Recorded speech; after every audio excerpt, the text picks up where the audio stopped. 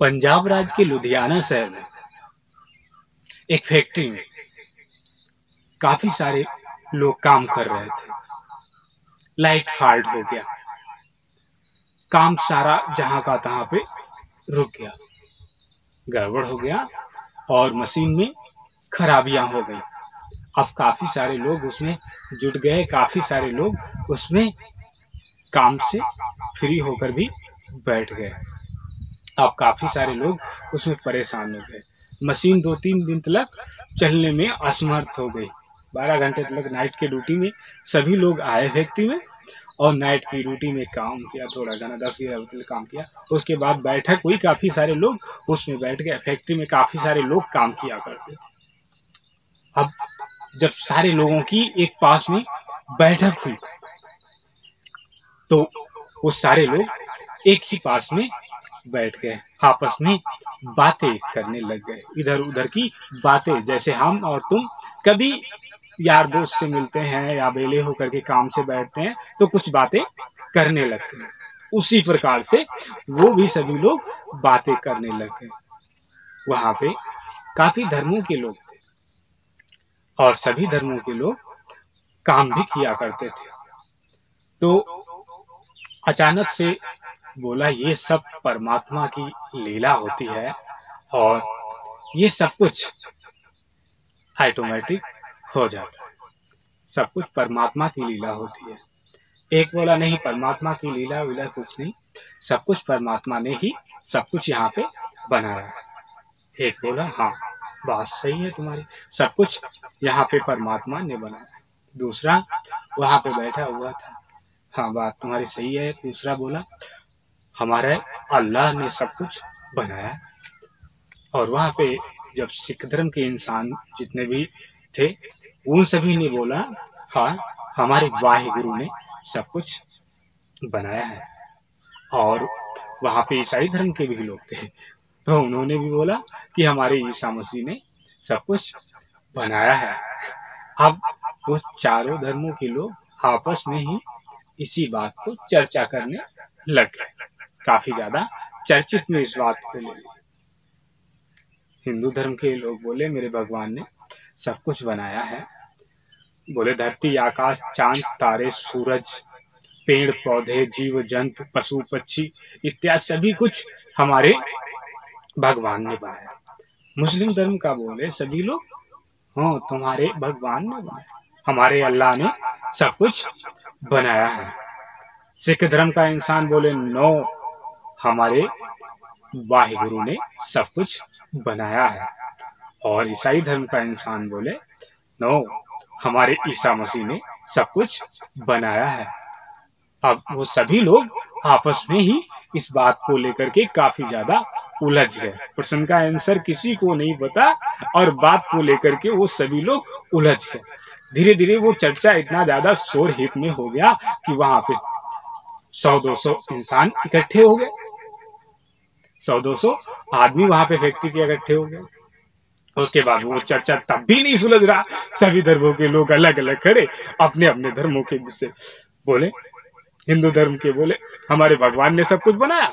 मुस्लिम धर्म के बोले, हमारे अल्लाह ने सब कुछ बनाया। सिख धर्म के बोले, हमारे वाहिगुरु ने सब कुछ बनाया। और ईसाई धर्म के बोले, हमारे ईसा मसीह ने सब कुछ बनाया। अब सभी लोग उलझ गए, सभी लोग आपस में ही वो उलझ गए। और काफी सारे लोग फैक्ट्री में जब उलझने लग गए तो और भी काफी सारे लोग, वहां पे 300-400 लोगों की भीड़ लग गई, लेकिन प्रश्न का जवाब नहीं मिल पाया। एमडी साहब आते हैं और एमडी साहब देखते हैं कि क्या हो गया, तो वही बात उखड़ी हुई। हिंदू धर्म के लोग कह रहे हैं, फैक्ट्री के अंदर सभी लोग कह रहे हैं, हमारे भगवान ने सब कुछ बनाया, क्या इंसान को, क्या पेड़ पौधे को, क्या जीव जंतु को, क्या कीड़े मकोड़े, क्या पशु, सभी चीजों को हमारे भगवान ने बनाया। यही चीज को रिपीट किया मुस्लिम धर्म का बोला। सभी लोग बोले कि हमारे अल्लाह ने सब कुछ बनाया। सिख धर्म के बोले, नो सर जी, हमारे वाहिगुरु ने सब कुछ बनाया। ईसाई धर्म के बोले, नो सर जी, हमारे ईसा मसीह ने सब कुछ बनाया। अब ये बात सुनकर के वो भी काफी ज्यादा कंफ्यूजन में हो गए। कि धरती को, आकाश को, चांद तारे, सूरज को, सभी को ये लोग अपने अपने भगवानों को कह रहे हैं कि हमारे भगवान ने बनाया, हमारे भगवान ने बनाया। सर जी ने बोला कोई बात नहीं, साइलेंट बैठ जाओ। डीएम साहब के लिए कुर्सी आती है और डीएम साहब कुर्सी पे बैठ जाते हैं। बोलते कोई बात नहीं, सभी लोग शांति से हमारी बात को बैठ करके सुनेंगे। तो सभी लोग बैठ जाते हैं एक ही पास, 300-400 लोग थे, एक ही पास में बैठ जाते हैं और उनकी बात को ध्यान से सुनते हैं। बोले पढ़ने अच्छा कौन कौन गया, हाथ खड़ा करो। तो उसमें से काफी सारे लोगों ने खड़ा किया। मिनिमम से 1-2 इंसान होगा जो नहीं खड़ा किया, नहीं तो बाकी सारे लोगों ने खड़ा किया। बोला तुम लोग धर्म के लिए, अपने परमात्माओं के लिए झगड़ा कर रहे हो, सभी कुछ बनाया हमारे परमात्मा ने। सबसे पहले धरती पे विज्ञान पढ़ा, विज्ञान क्या कहता है। तो उसमें से सारे लोग कहने लग गए सर जी हमारे आदि मानव का जन्म हुआ था। धरती पे सबसे पहले आदि मानव का जन्म हुआ था।